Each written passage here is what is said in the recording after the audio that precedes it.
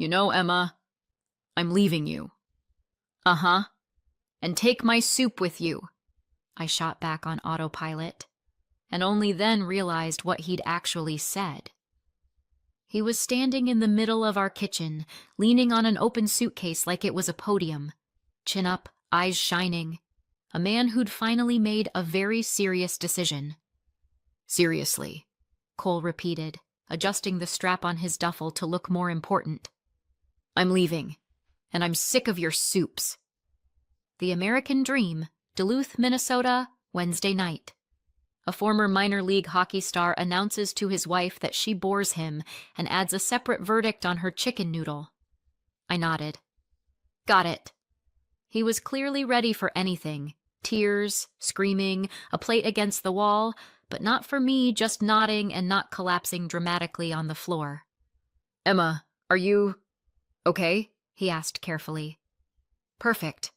I'm just waiting for you to finish your little performance so I can close the curtain, I thought. Out loud I said, yeah, go on. Sounds like you've got a whole speech lined up. To explain how we ended up in this kitchen with that suitcase, we have to rewind. Back to Duluth.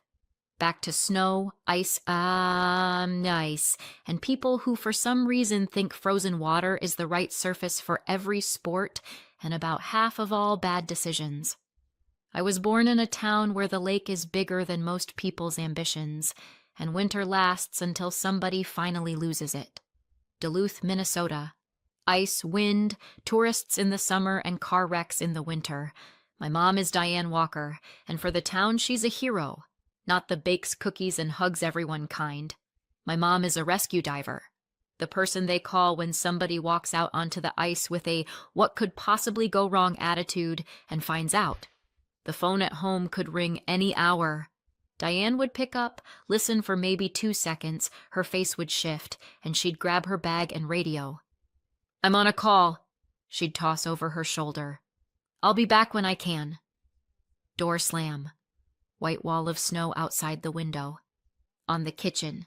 Half-cooked pasta, me, and my dad. My dad is Michael. Nobody ever put him on local TV. He didn't get thank you letters from the mayor, and no one asked him for interviews. He just came home from the plant, put a pot on the stove, sat across from me, and pulled me out of math homework and middle school drama. I remember one night. I'm 10. Algebra workbook is turning into hieroglyphics. Mom is already in her jacket at the door. You promised you'd be home tonight, Dad says quietly. Emma's got a test tomorrow. There are people out there, she answers just as quietly. I'll be back. And she's gone. Dad sighs, takes the pot off the stove, flips to the next page in my book. Well, he says, rescuers come in different flavors. She saves people, and we'll save your grade. Dad was a hero no one ever wrote about. Mom was the hero everyone remembered, except for me and Dad. I was proud of her and resentful at the same time. At some point, I made myself a little vow. If I ever had a family, I wouldn't disappear from it every time the phone rang. I'd be the grown-up who's actually home. Spoiler, the universe heard that and thought it was hilarious. I became a trauma surgeon. In school, I was that weird girl with the book. In Duluth, teenage career paths are simple. You either play hockey, or you scream for people who play hockey. Or you're weird. I went with weird. While everybody else argued about the Wild and who had the best shot, I was dragging around Moby Dick. Big, heavy novel about a stubborn captain and his whale. My best friend, Jenna, looked at that book like it was a brick. She said one day, normal people only read that if the English teacher threatens to tank their GPA. Normal people is a flexible term, I answered. Yeah, and somehow it never includes you, she sighed, stuffing a bag of chips into my locker. Here, in case you drown in your little letters, at least you'll go down snacking. It was easier to live in books where people suffer on schedule and for plot reasons than in a reality where Mom is always on calls, Dad gets quieter and more tired, and I'm just bouncing between them like an extra chair. Fights at home started as whispers, bits of sentences leaking from the bedroom. I can't split myself in two, and I can't carry all of this by myself. I'm saving people. Who's going to save us? Then it got louder. I pretended not to hear, shoved in earbuds, stared at Moby Dick, and hoped if I didn't look at the problem, it would evaporate. Spoiler, it didn't. One day Dad came to pick me up from school early. He was standing by the entrance, same face he wore when the plant announced layoffs. "Grab your stuff," he said.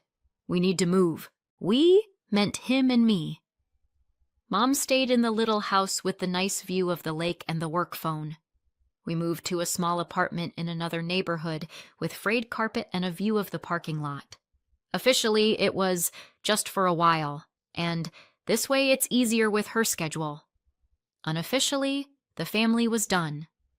I decided then that if I ever got married, I wouldn't let someone just quietly shut the door behind them.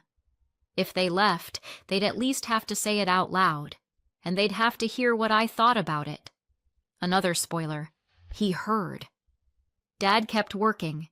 Guys like him don't know how not to. The plant, shifts, overtime. No, take a vacation, relax. One day, he just didn't come home on time. The call was from the hospital. "Is this Emma Walker? Your father's here. There was an accident." Now I know the smell of an ER too well.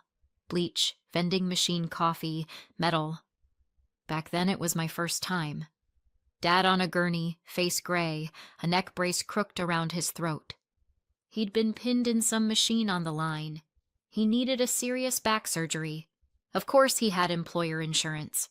The kind where you have to be half dead and fill out 12 forms before anyone touches you. Doctors were honest. "We'll do everything as soon as your insurance approves it." Insurance was honest too. "We're reviewing your case." We waited. For months. Dad gritted his teeth, cracked jokes, asked about my exams. Then one day his heart just stopped cooperating. I stood in the hall outside that door with the staff-only sign and listened to monitors beeping and someone calling out orders. It felt like life and death were being decided right there, and I was locked out because I didn't have the training or the right badge.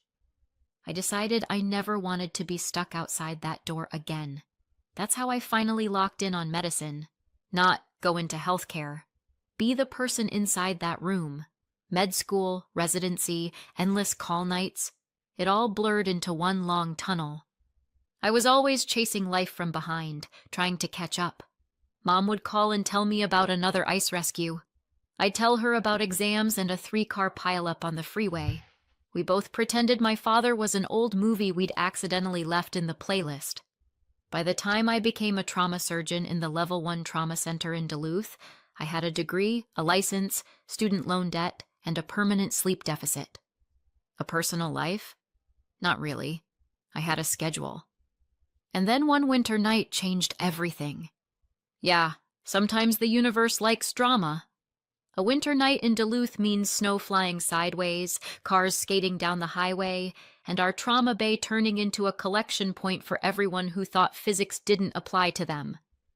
I was in the call room, trying to choke down cold coffee and decide which was worse, the taste or the temperature, when they rolled in a gurney.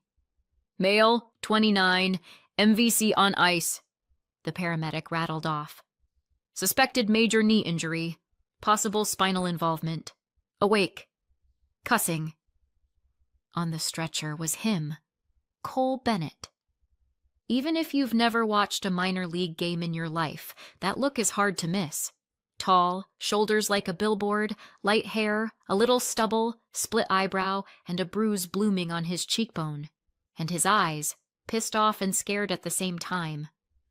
"Oh my God, that's him," Nurse Kelly whispered. "That's actually Cole Bennett." "Do you ever watch hockey?" Another nurse snorted. "Or is it all true crime with you?" I glanced at the monitor. Films, vitals, preliminary notes. For me, he was another complicated case. For half the staff, he was a celebrity. "Doc," he grunted when I leaned over him. Be straight. Am I ever getting back on the ice? Straight? I said. Right now, I care about you getting back on your feet. We'll talk about the ice later. He closed his eyes, clenched his jaw. We hit him with pain meds, but there isn't an anesthetic for your life as you knew it might be over. The surgery was long. Professional hockey was a question mark. Walking like a normal person was the priority. I did my job like always. But once rehab pulled him out of the OR and into the hallway, it stopped being like always. Rehab is the worst part for patients and the best test for doctors. There are no quick wins. It's sweat, anger, and boredom. Cole hated every minute. I'm not crippled, he snapped at the PT. Right now, while you're lying there whining, you're pretty close. The PT answered. He wasn't any sweeter with me. Dr. Walker, he growled one day, do you really think my life isn't over? I think you still have a heart, lungs, and a brain, I said. That's already a decent starting kit. You don't get it, he muttered. I lost everything. I've lost a few things too, I could have said. Instead, I said, I have a whole ward full of people who thought they'd lost everything. Want me to introduce you?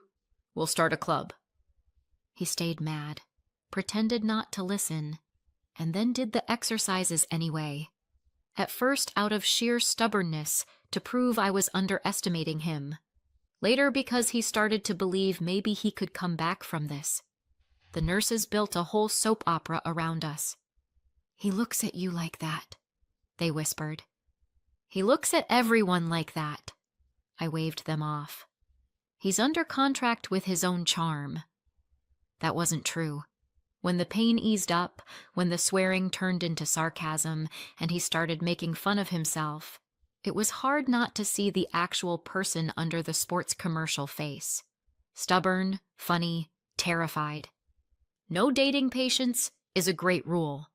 The problem is, patients have this annoying habit of getting better. Then technically they're not patients anymore. After they discharged him, Cole disappeared for exactly a week. I had just reached the, okay, that chapter's over stage, doctor, patient, thanks, goodbye, when he showed up in the unit with a giant box of donuts for the whole team and a huge coffee especially for Doc. I missed your charming personality so much, he announced. And your jokes, and the way you say, this might feel a little uncomfortable, and then basically break people's bones. My phrasing is medically accurate, I said. It's horrifying, he grinned. You're not. He kept coming back, sometimes officially for a follow-up, sometimes just nearby, thought I'd stop in after practice at the kids' hockey school where he'd gotten a job as an assistant coach. Sometimes he'd wait in the parking lot to drive me home. You shouldn't drive after a night shift, he said. I read a study. You read something besides sports headlines? I raised an eyebrow. No, but I trust the headlines. When Jenna found out a former hockey player was regularly chauffeuring me around, she rolled her eyes. She said, listen to yourself. He's just a grateful patient. He's looking at you like he's trying to decide what ring to buy. He's going through a rough time, I protested. He needs support. He needs you, she shot back. You're a doctor and you can't diagnose this? Really? I pretended not to get it, but I did find myself listening for his truck outside the hospital more than I used to, somewhere between thanks doc and you'll marry me, right? It all just happened. First it was coffee after my shift, then let's get dinner, you're starving anyway. Then he crashed on my couch because driving 2 hours in a blizzard is a bad idea. Then he brought over extra clothes so I don't have to keep going back and forth. Eventually, his old place was just gone, and his toothbrush lived in my bathroom full time. He told me about his past, the games, the roar of the crowd, the autograph signings on the backs of strangers' jerseys, his dad, career military, preaching the gospel of men don't cry, his mom hauling him from rink to rink, telling everyone her boy was going to be a star. In high school, he laughed, I never read a single book except Catcher in the Rye, and only because my English teacher was cute and threatened to flunk me. I faked the essays, charmed my way through, and everyone said I was going places. Well, I went, straight to titanium hardware. I liked being around him. I was older on the inside, like he said. He was younger about everything. Somehow, it worked. A year after the accident, standing in the hospital parking lot with snow coming down, he pulled out a small box. "Emma Walker," he said, looking at me like I was his one remaining plan. "I know you've already got a degree, a license, a mountain of med school loans, and way too many night shifts. But will you still marry me?" I said yes. Not because I was desperate to get married, but because for the first time in a long time, I wasn't afraid to go home. We did the city hall thing. Papers, signatures. Jenna in a too short, too sparkly dress, crying. Mom at the back of the room, tired but proud. No dad. Married life turned out to be normal. And normal, in my world, is luxury. We rented a small 2-bedroom near the hospital. I lived between shifts and coffee. He lived between the kids' hockey school, the gym, and trying to invent a new dream for himself. We got a dog, a spaniel named Rusty. That was his idea. "I want someone who's always happy to see me when I come home," he said. "Hi, that's me." I raised my hand. "You count patients in your sleep," he said. "I need a creature whose entire world is my footsteps." Turns out there was room for both. I cooked a lot of soup. It was fast and cheap, sometimes pasta. Sometimes we ordered pizza and passed out before the second slice. Sometimes we went skating on the lake. Sometimes we just lay on the couch, Netflix on, pretending our schedules weren't killing us. There was a lot of exhaustion, almost no Instagram-worthy moments. And honestly, it was the best period of my life. Until something shifted. At first it was tiny. He started staying late, after practice. Then came nights out with the guys from the gym. Then his phone turned into a separate organism. Always face down, new passcode, notifications he swiped away too quickly. "Got a new secret client?" I tried to joke one night. "Got a new secret headache," he muttered. "People keep rescheduling sessions. I'm just texting with clients all day." "Uh-huh," I said. "Then why does this secret headache keep getting deleted from your messages?" We fought. Loud, stupid fight. Doors, voice, all of it. I went to work with a knot in my stomach and no official diagnosis. I could look at a CT and say, fracture, needs surgery. In my marriage, I just kept telling myself, maybe I'm overreacting, while suturing up strangers. Eventually, I gave up and told Jenna. We were in my kitchen. I was stirring soup. She was eating it and listening. "I don't like this," she said finally. "I mean, I like your soup. I don't like your husband." "It's just texting," I argued. She sighed. "If a patient came to you and said, 'I've got this weird pain, but maybe it's nothing,' and you saw all the symptoms, you'd order tests, right? You wouldn't pat him on the shoulder and say, 'Let's not upset the vibes.' You don't want to test because you're scared of the results." She was right. I didn't want to. Checking means admitting the problem is real. The universe decided to speed that process up. Cole and I had plans to go out to dinner. Just the two of us. Rare event, like a sunny day in February. I swapped shifts, actually did my hair, put on the one decent dress I owned. An hour before we were supposed to leave, he texted, "Sorry, Em. Coach called a meeting about schedules. Really important. Rain check?" Coach? Cute. I looked at my reflection in the mirror, then at my phone. Then I called Jenna. "Dinner's still on?" I said. "We're just changing the lineup." "Oh," she said. "This is already my favorite plan. I'll be there in an hour." We went to that same restaurant anyway. They sat us in the back. 5 minutes later, I saw him. Cole was by the window. Same shirt he'd put on for me. Across from him was her. Brunette. Glamorous, confident, in a dress that knew exactly what it was doing. She laughed. He leaned in, his hand on her knee. They looked like a promo still for a show called He Chose Fire. "I really want to be wrong," Jenna whispered, "but I'm pretty sure that's not Coach." "Unless he's coaching very specific skills," I said. I could have stood up, marched over, made a scene. I spend my life cleaning up after impulsive choices, so I stayed put.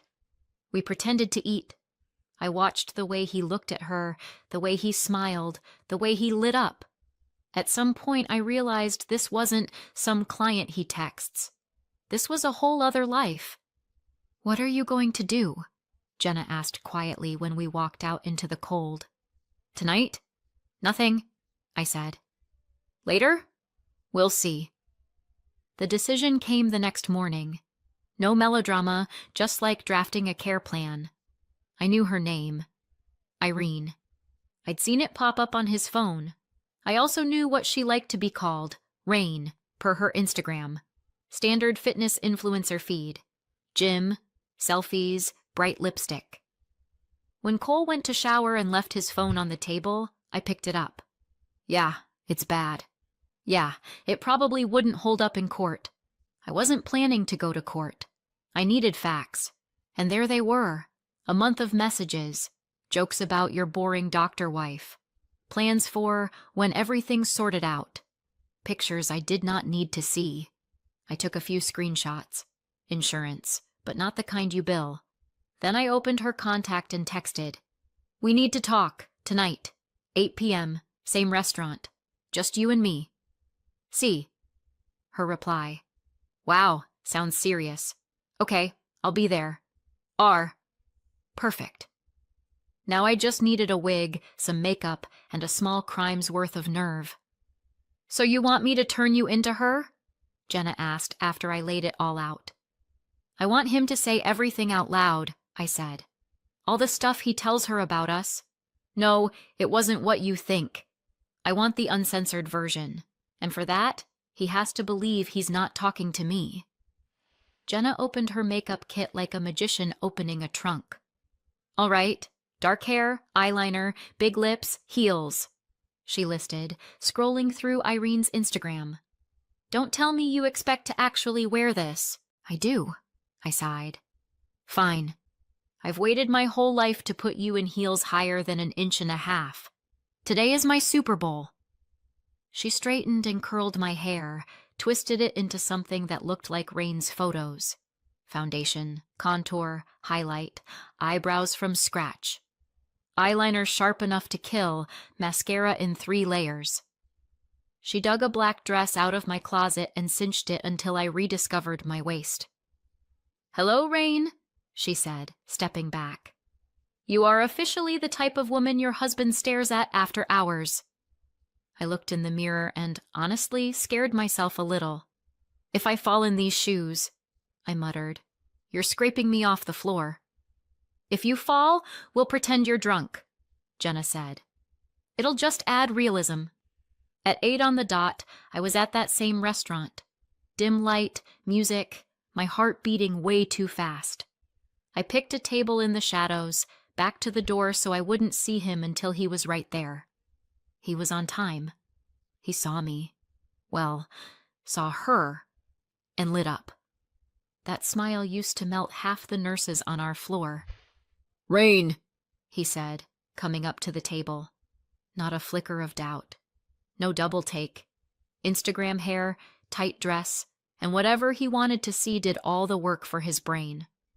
"Hey," I said, dropping my voice half an octave. "Sit. We really do need to talk." We ordered wine. I barely touched mine. "I thought you might bail," Cole said. "You were kind of off last night." Last night, I was sitting at the next table with my best friend. I thought. Out loud.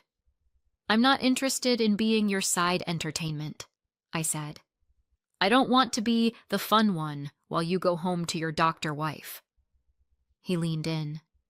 "Emma, I mean," he stumbled, then kept going. She's a good person. She really is. She takes care of me, she cooks, she's always at work saving people, but with her, everything's just too predictable. We're like retirees.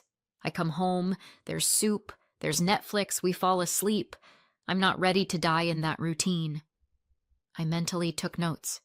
She takes care of me, she cooks, she saves people. As a complaint. Interesting angle. With you, I feel alive, he went on. You're a rush. I need that.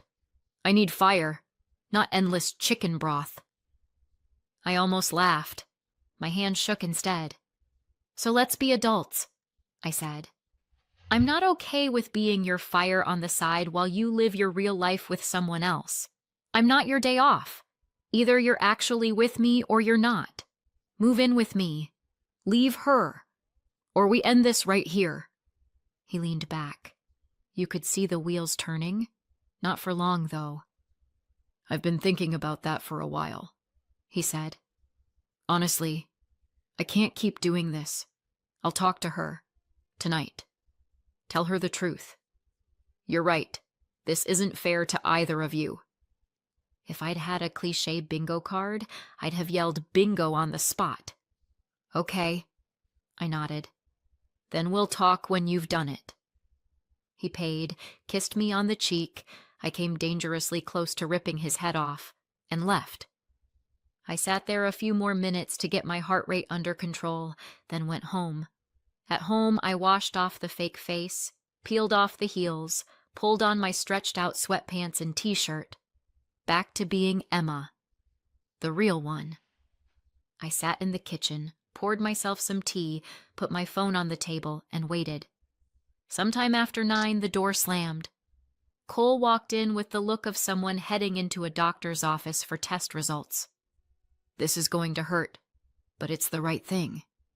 Emma, we need to talk, he said. Déjà vu. Sure, I nodded. He sat across from me, palms flat on the table, gave me that serious look, like he wanted me to appreciate how tortured he was. I've been thinking, he started. And I can't live like this anymore. You're amazing. Really. You take care of me. You handle everything. But I'm still young. I want life, passion. With you, everything's too quiet. And the soups, I prompted. He brightened, relieved I wasn't arguing. Yeah, the soups, the night shifts, the way we live like old people. I met someone, and it's not just an affair. With her, I feel different. I'm leaving. He stopped, waiting for the explosion. I looked at him, at the suitcase by the door, at my mug. You packed? I asked calmly. Started, he said, thrown by my lack of drama. I don't want to drag it out. You're strong. You'll be fine. I pull people out of car wrecks, I thought. I'll manage without you. Okay, I said. Then finish packing. He looked like he'd been expecting at least one classic, "How could you?" or one tear. Nothing. He hesitated, then went to the bedroom. I heard the closet doors, hangers squeaking, the zipper on his suitcase. Rusty sat by the bedroom door, watching his person fold his life into a bag. A few minutes later, Cole came out, suitcase in hand. Emma, he began, I'm really grateful for everything you've done for me. You saved my life. Without you, I know, I said. You've mentioned it. No need to repeat yourself. He nodded, like we'd signed a mutual breakup agreement, and headed for the door. Well, I'm going, he added. Good luck, I said. Try not to slip. The door shut behind him. I finished my tea, rinsed the mug, leaned back against the cabinet and started laughing. Hard. To the point of tears. It was grief and relief in one messy mix. What happened when he went to Irene, I didn't see firsthand. Duluth is small, though. Stories get around. The script isn't hard to reconstruct. He shows up at her place with a suitcase, a head full of drama, and a speech about real feelings. She opens the door, sees the whole setup, and says, "What is this?" "It's me," he says proudly. "I left Emma. Now we can be together." Pause. Long one. "You're out of your mind," she says, according to people who heard about it. "I never asked you to leave your wife. I definitely never asked you to show up with luggage. Get out." "But yesterday, at the restaurant," he tries. "I worked till 10 last night," she answers. "I wasn't in any restaurant. Whatever's going on in your head is your issue." Door closes. He's left with his suitcase and his fire. Then comes a friend's couch, a couple nights in his truck, a lot of thinking, and finally, the brilliant idea. I should go home. She'll understand. Humans are unbelievably optimistic when it comes to other people's patience. A few days later, on a quiet morning, the doorbell rang. I opened it, and there he was, Cole. Crumpled shirt, red eyes, huge bouquet of roses. I've seen that combination before on guys wandering into the ER after bar fights. I swear it wasn't my fault, but I'm still hurt. "Hey," he said. "Hey," I answered. Rusty's tail started going like a helicopter. I caught him by the collar. "Can I come in?" Cole asked.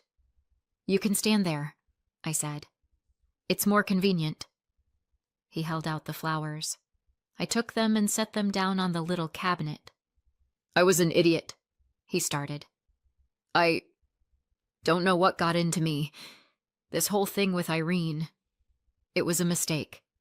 I said horrible things to you. I get it now. You're the only real thing I ever had. You were always there when I was at my worst. I want to fix it."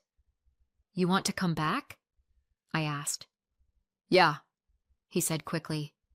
"Yes, I'll go to therapy. I'll be home more. I'll help more, drink less with the guys, listen more to you. Let's just forget what I said. I wasn't myself." I looked at him. "Cole, the problem isn't what you said," I answered. "It's that you meant it.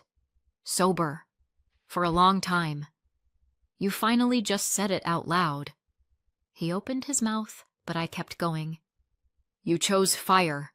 You looked down on soup and night shifts and normal life. You decided I was like a mom, and you needed an eternal party. That was your choice. Mine is what to do with that information." He fell quiet. "I want to come home," he said softly. "This isn't your home anymore," I said just as softly. "You walked out. I'm not leaving the door propped open while you go see what's on the menu down the street." He frowned. "I didn't know you could be this harsh," he said. "I tell people every day they're going to need surgery or an amputation or to live with metal in their leg," I said. "Trust me, I've got harsh. I'm usually on the patient's side.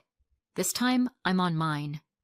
He glanced at the bouquet, at me, at the door. "That was you at the restaurant, wasn't it?" he finally asked. "That night." I smiled a little. "You wanted honesty," I said. "I gave you a chance to say everything you really think about us. You did great." He shook his head. "That's cruel," he said. "Cruel is making someone feed you, patch you up, support you, and then telling another woman how boring she is," I answered. "What I did was a clean incision with no anesthesia. Hurts like hell. Heals straight." We stood there a couple more seconds in silence. "Good luck, Cole," I added. "Honestly, I hope you learn to look at more than ice and your own reflection." I closed the door. Since then, things have been pretty simple. I work. Night shifts, ice crashes, ladder falls, bar fights. Take your pick. I keep putting people back together. At home, Rusty's waiting. And quiet, which took some getting used to. I still make soup, not because I have to feed my husband, but because I'm tired and I want something warm. Sometimes, walking down the hospital hall, I overhear someone on the phone complaining, "She's so boring. Everything's on a schedule. It's always work, dinner, same thing." I want to walk up and say, "Cherish your boring one. When you spin out on black ice, she's the one signing the consent and sitting outside the OR while they fix your knee." I don't. Every story has its own timing. On the rare nights off, I sit in my kitchen, stare at the stove, and think about how one simple sentence can turn out to be the start of your freedom. "You know, Emma, I'm leaving you, and I'm sick of your soups." Perfect. The soups stayed. The one who didn't appreciate them left. Feels like the only operation in my career that went off without a single complication. Did I go too far or not far enough? Let me know in the comments and subscribe for more.